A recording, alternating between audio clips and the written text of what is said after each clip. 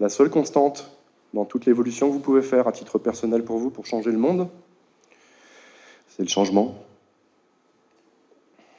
Je vais peut-être conclure.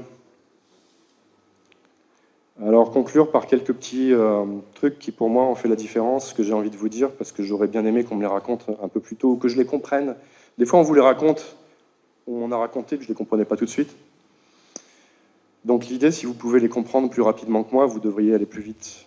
Alors, le premier truc, c'est faites toutes les erreurs possibles. C'est en faisant des erreurs qu'on apprend. Si vous ne faites jamais d'erreurs, ça veut dire que vous n'essayez pas. Et ça, c'est le pire du pire truc qui puisse vous arriver. Tester, essayer, faire des erreurs. Tout ce sur quoi vous vous concentrez se développe. C'est une propriété de notre mental, cerveau, émotionnel aussi. Ça marche. Essayez, vous verrez.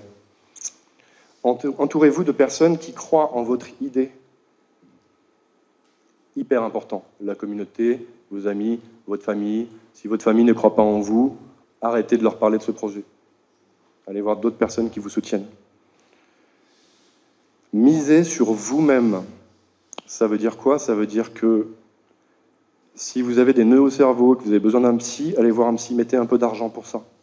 Si vous avez besoin d'un coach, d'une séance d'hypnose, de peu importe ce qui vous permettra de débloquer un truc, faites-le. Au début, j'ai fait ça avec 20 balles pour aller voir un psy. J'avais l'impression de me couper un bras en faisant ça. 20 balles, putain, merde. Bon, puis ça a augmenté petit à petit, je me suis formé en plus. J'ai pas arrêté d'apprendre, en fait, sur toutes les thématiques dont j'avais besoin. Et finalement, au bout d'un moment, mettre 3 000, 5 000 euros dans des formations, dans du soin de soi, dans tout ça, c'est le meilleur investissement que vous puissiez faire. Allez-y pas à pas, mais allez-y. Un dernier truc, et puis il va falloir que j'arrête, sinon on va me couper le micro. C'est les premiers alpinistes qui ont voulu grimper l'Everest. Ils ont eu envie d'être au sommet tout de suite. On a toujours cette tendance-là. Moi, j'étais très pressé d'arriver au résultat que je voyais parce que j'avais conceptualisé le machin. Je pouvais aller jusque-là, mais j'avais pas envie de faire ces satanées petites étapes. Parce que quand tu vois le résultat, tu as l'impression que tu y es déjà, sauf que tu n'as rien fait, tu l'as juste imaginé. Tout se fait un pas après l'autre. L'Everest, on commence par la première marche, et puis la deuxième. Et on en fait plein. Chaque étape est toute simple. Hein. Tout le monde peut le faire. Ce que tout le monde ne fait pas, c'est d'enchaîner le nombre d'étapes jusqu'en haut. C'est juste ça. Rien d'autre. Chaque étape est toute simple.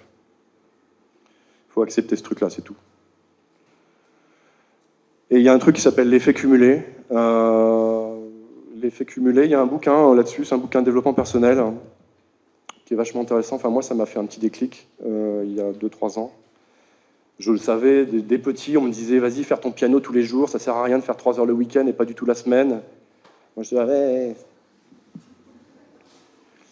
Et en fait, imaginez pour vous-même les 3 ou 4 sujets les plus importants dans votre vie d'entrepreneur, dans votre projet aujourd'hui.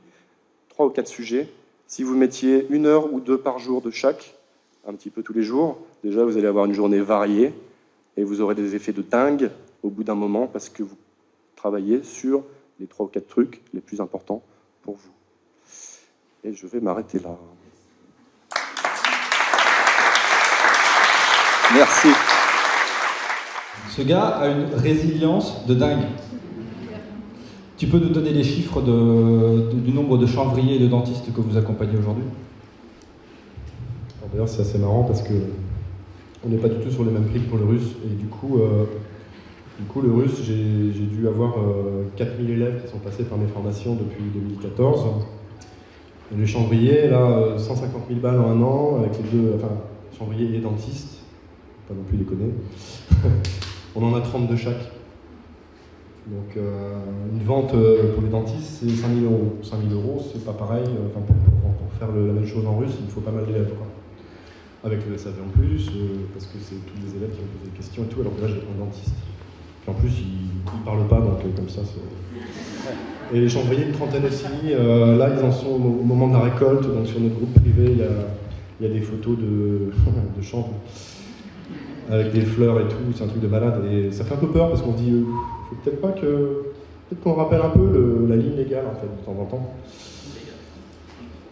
Oh, ce sont des variétés légales, mais quand même, il y a voilà, des petites, une spécificité métier un peu là-dessus.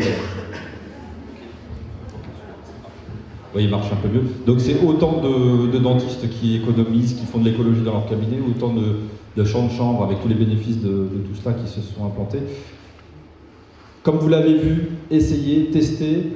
Ça rejoint ce que disait Emmanuel tout à l'heure, capacité d'adaptation, de changement. Je crois que vraiment Thomas, moi, ce qui m'a impressionné dans son parcours, c'est ça. Capacité de changer, de s'adapter constamment pour finalement, bah ça y est, à chaque fois que je discute avec lui, je m'éclate, ça continue de progresser, nanana, super content. Donc voilà, bah écoute, je crois qu'on peut t'applaudir fort. Parce que,